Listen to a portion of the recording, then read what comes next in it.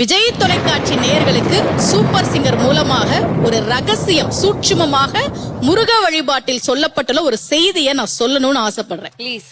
கந்த சஷ்டி கவசத்துல ஒரு வரி வருது, ஒரு நாள் 36 கொண்டு.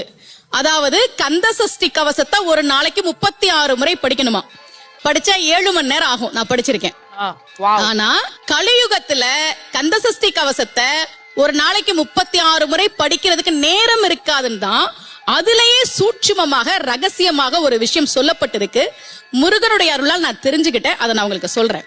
ரவண பவச ரரரரரரா ரிவன பவச ரிரிரிரிரிரி, இதுக்கெல்லாம் என்ன அர்த்தம் நான் தேடி தேடி தேடி முருகன் அருளால் தெரிஞ்சுக்கிட்டேன். சரவண பவ முருகனுக்கான மந்திரம். இதை 6 முறை சொல்லணும்.